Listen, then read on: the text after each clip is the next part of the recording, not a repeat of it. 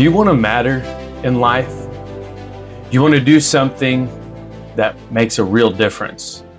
Would you like it if people told positive stories from your life after you're gone? When you read or hear about heroic stories in the Bible, David standing in front of Goliath, Samson with the strength of 1,000 men, Moses parting the Red Sea, Joshua and Caleb standing before giants in the land of Canaan, bringing them down, Daniel using lions as pillows. How do those stories make you feel? Can you relate to those heroes? Or maybe if you're being honest, when you hear these stories, something quieter happens inside of you.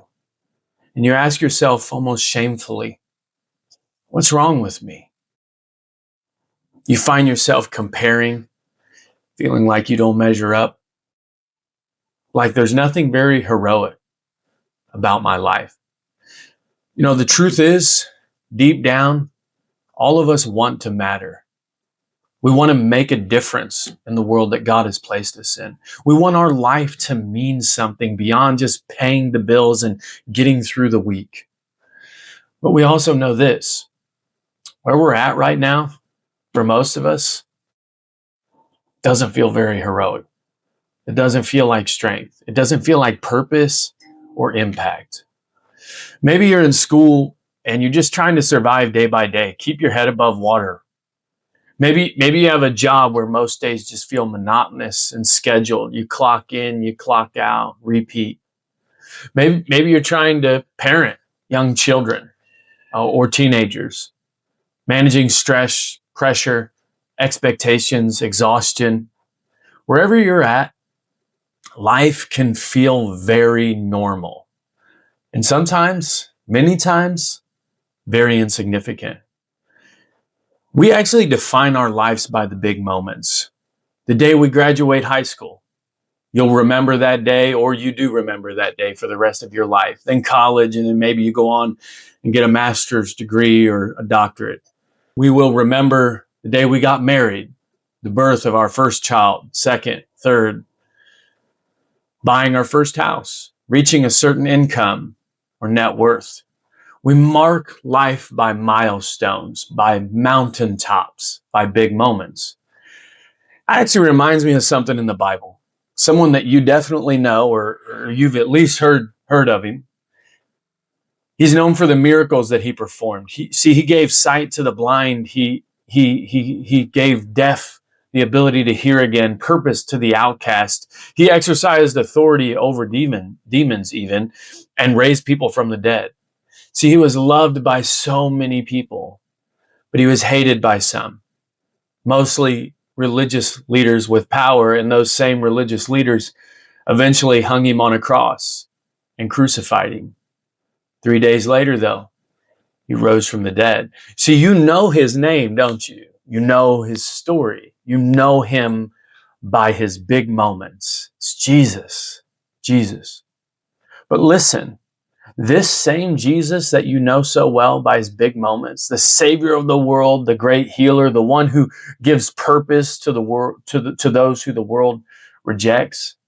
You know, he didn't skip the process of humanity in his life. He didn't skip his formation. Yes, he had big moments. In fact, the biggest moments in the history of moments for sure. But those moments were relatively short-lived. You know that? They only came after years, decades even, of ordinary life. He just woke up like you and me. He went to school. He went to work. He sat down at night with his family. He ate meals. He laughed. He worked with his hands. Got up the next day, did it again and again. By all appearances, he was just another man in the community, living a normal life. This was Jesus for most of his life. But in reality, he was being forged in secrecy for 30 years. Luke 2:52 says Jesus grew in wisdom and in stature and in favor with God and all the people. So Jesus had to grow. That means it wasn't automatic for him either. It wasn't instant. It wasn't just downloaded into him. You see, growth takes time in Jesus' life and also in ours. It takes resistance and pressure. We often think of Jesus growing physically, but we don't think about the fact that he had to grow emotionally, relationally, spiritually. See, he had to learn what it meant to truly trust the Father day by day, to obey when no one else was watching, to remain faithful when there was no applause. Even though Jesus was God's son, he learned obedience from the things he suffered. That's Hebrews 5:8. Obedience didn't come without cost for Jesus. It didn't come without pressure and tension.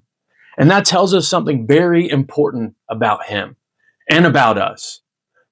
His strength and our strength, it's not discovered one day. We don't wake up and, oh, there it is. We're all of a sudden strong. No, strength is forged in your life. You see, lions, they're not born roaring, are they?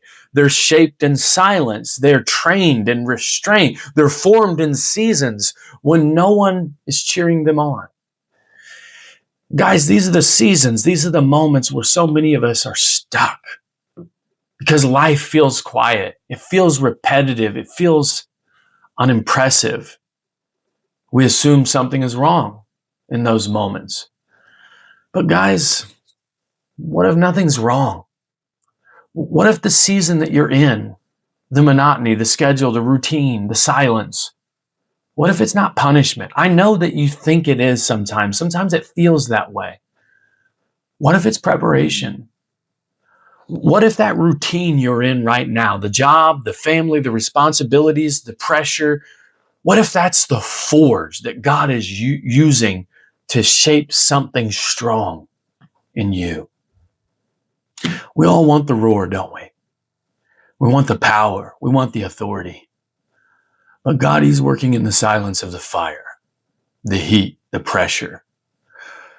We want the moment. But God, he's focused on the making. Look, most people don't fail really because they're weak, because they fell to an attack.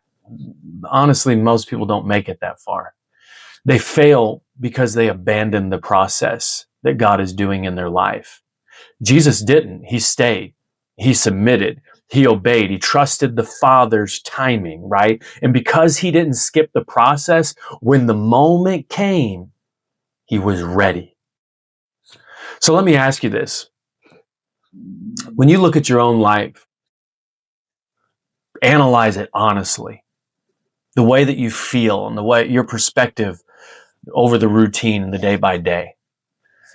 Does it feel like you're trying to escape it? Does it feel like you're just surviving it? Like you're just trying to go day by day, just get through today and get through tomorrow because sometime in the future, a big moment is coming and you're just living for the next moment. Understand that God is forging you right now in those moments. Are you willing? Are you willing to allow him to do that? Are you willing to allow him to form you, to make you, to prepare you for the inevitable big moments that come? Because listen, the making of a lion always comes before you hear the roar. So stay in the fire, stay faithful, stay obedient. Listen, you're not being overlooked. You're not. You're being forged.